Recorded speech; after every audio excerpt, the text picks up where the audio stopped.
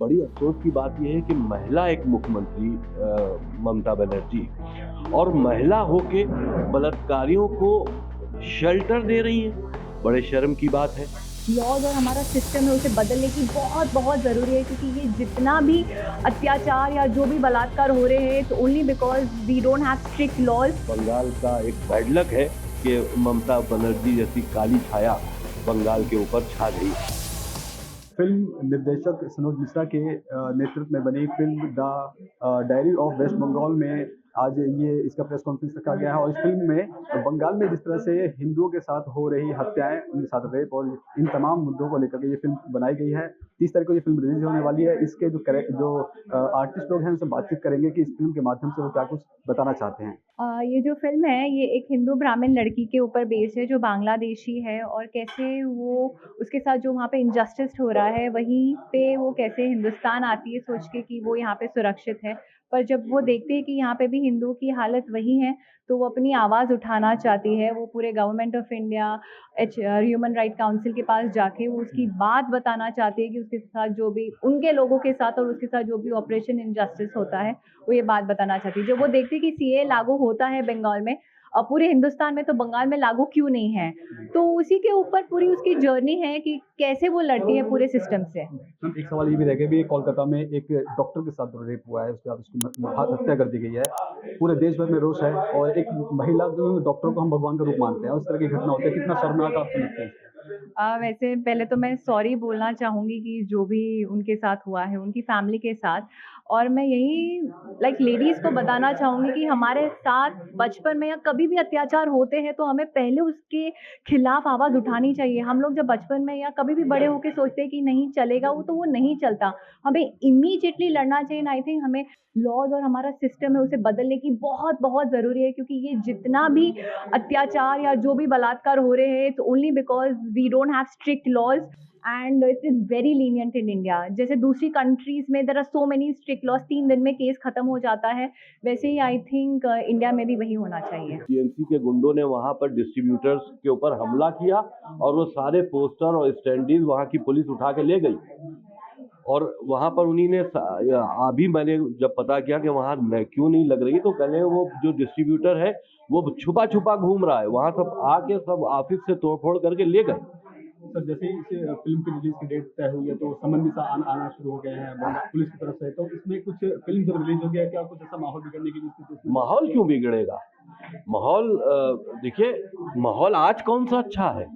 बिगड़ा हुआ माहौल है। हम तो सुधारने की कोशिश कर रहे हैं। वहां तो आग लगी हुई है, ये तो आग के ऊपर हम पानी डाल रहे हैं, तो हम आग नहीं लगा रहे। सर, दर्शकों के लिए क्या कुछ कहना चाहेंगे? 30 तारीख को रिलीज हो रही है आपकी फिल्म। 30 तारीख को हमारी फिल्म रिलीज हो रही है, पूरे भारत में रिलीज हो रही है। और जो सच्चाई हम दिखाने जा रहे हैं पश्चिम बंगाल की, वो पश्चिम बंगाल के लिए ज़रूरी तो है ही, लेकिन पूरे देश के लिए इसलिए ज़रूरी है कि पूरे देश को पश्चिम बंगाल से पैदा होता हुआ खतरा और वहाँ की दुख भरी कहानी से अवगत होना चाहिए। ये पूरे भारतीयों का मामला है, खाली पश्चिम बंगाल के रहने वालों का नहीं। The diary of West Bengal film है, किस तरह की सर इसमें कहानी है और किस तरह से बंगाल में हिंदुओं के साथ जो बर्बरता बढ़ती जा रही है, कितनी इसमें फिल्म में सच्चाई है? देखिए, हमने जैसे पहले भी कहा, एक सताई हुई महिला की, एक पीड़ित महिला की, एक दुख भरी महिला की ये खून से लिखी हुई बंगाली डायरी है। हमने एक महिला का दर्द दिखाने की कोशिश की है, उस पीड़ित महिला की जिनके जिनके साथियों के साथ, रिश्तेदारों के साथ सामूहिक बलात्कार हुए हैं और वो वहाँ पर किस तरह की ज़िंदगी जी रही है। तो ये एक स्टोरी है और ये बहुत से ऐसे मुद्दों पर से भी पर्दाफाश करती है जो इस वक्त वहाँ का माहौल है। जैसे कि बलात्कार होना आम बात है, किसी का कत्ल होना आम बात है, टीएमसी के गुंडे वहाँ पर किस तरह से वहाँ अपनी एक्टिविटीज़ कर रही हैं और पुलिस उनको कितनी छूट दिए हुए है, ये सब खुली बात है। तो जिस वक्त हमने फिल्म को शूट किया तो घटनाएं तो तब भी होती थी, रोज़ होती है वहाँ। जब वो कोई एक्सपोजर जिस घटना का होता है वो दुनिया जान पाती है। तो हमने देखा कि वहाँ जगह जगह बारूद बिछा हुआ है, आग तो अभी लगी है। तो सवाल इस बात का है कि रोहिंग्याज आ रहे हैं, उनकी फर्जी आईडीज बन रही हैं, उनको बसाया जा रहा है। जब वो वहाँ बस रहे हैं, उनकी आबादियाँ बढ़ रही हैं, तो वहाँ मुसलमानों की जनसंख्या बढ़ रही है। जहाँ मुसलमानों की जनसंख्या बढ़ रही है, वहाँ से हिंदुओं के साथ में भेदभाव किया जा रहा है, हिंदू भयभीत हो रहा है, भाग रहा है। जो बोलता है उसको टीएमसी के गुंडे मारते हैं। तो बड़ी अफसोस की बात यह है कि महिला एक मुख्यमंत्री ममता बनर्जी, और महिला होके बलात्कारियों को शेल्टर दे रही हैं। बड़े शर्म की बात है। उनके राज में तो महिला सुरक्षित होनी चाहिए, लेकिन ये तो बंगाल का एक बैड लक है कि ममता बनर्जी जैसी काली छाया बंगाल के ऊपर छा गई है। सर, जैसे कि आपने रिलीजन कन्वर्ट किया, तो उसके बाद कुछ आपको रिपोर्टेशन देखने को मिले जब आपने चेंज किया? हाँ, देखिए वो मेरा एक अपना एक निजी फैसला था, और बदलाव ज़िंदगी में आते रहते हैं। जब मैंने अपना मज़हब बदला तो हमने खुशी से तो नहीं बदला। जब हमने देखा कि यहाँ पर बदलाव नहीं हो रहा, जो हमारे लीगल क्वेश्चंस हैं उसका जवाब हमको नहीं दे पा रहे हैं इस्लाम के जो मुल्ला है, तो फिर मैंने, जाहिर सी बात है कि आप किसी के साथ कत्ल का फतवा देकर उसको बेगुनाह कत्ल करने को जिहाद कहना, 72 हूरों के ख्वाब देखना, ये सारी चीज़ें इस्लाम में गलत हैं। और इस चीज़ को अगर वहाँ पर मान्यता दी जा रही है, तो मेरा इस्लाम में रहने का कोई फ़ायदा नहीं, क्योंकि हम उसके मुखालिफ हैं। तो हमने इस्लाम छोड़ दिया। इस फिल्म का पार्ट 2 मुझे एकदम जल्द मिलेगा क्या? पार्ट 2 अभी तो पार्ट 1 ही देखे। ममता बनर्जी इतना घबरा गई है इस फिल्म से। फिल्म है ये वेस्ट बंगाल के ऊपर है, और वहाँ पे एक मुद्दा नहीं है, काफ़ी सारे मुद्दे उठाए हैं हमने। जैसे उनमें से एक मुद्दा बता रहा हूँ कि मैं एक प्रिंटी प्रेस वाला हूँ इस मूवी में, और कैसे हम लोग उसमें, मेरा एक डायलॉग भी बहुत फेमस हो रहा है, भाईजान वेद, पुराण और गीता सभी धार्मिक किताबों में फेर बदल करके लखनऊ, अयोध्या, बनारस में फ्री में भेजी जा रही है। इसका ये मतलब है कि मैं जो हमारे ग्रंथ हैं उसका मेन जो ओरिजिनली लिखा गया था उसको चेंज करके हम लोग सप्लाई करते हैं, लोगों को गलत ज्ञान मिले। तो ये एक मैसेज है, थोड़ा लव जिहाद के ऊपर है। मेरा कैरेक्टर है, कैसे मैं बांग्लादेश में इस फीमेल को मिलता हूँ और परस्यू करता हूँ अपने साथ कलकत्ता जाने के लिए और अपना धर्म बदलने के लिए, और बहुत सारी अच्छे सोशल इश्यूज भी इसमें उठाए गए हैं। तो आपको सब देखने को मिलेगा इस फिल्म में। जिस तरह से इस फिल्म में क्या ये दिखाया गया, जिस तरह से बंगाल में हिंदुओं के साथ जो बर्बरता बरती जा रही है, महिलाओं के साथ जो अपराध किए जा रहे हैं, क्या इस फिल्म में ये कुछ देखने को मिलेगा क्या?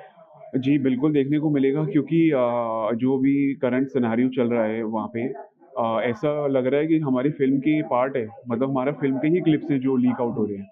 बट ये फ़िल्म हमने 1 साल पहले शूट करी थी, ऐसा नहीं है कि हम फ़िल्म 1-2 हफ्ते पहले शूट नहीं हो सकती।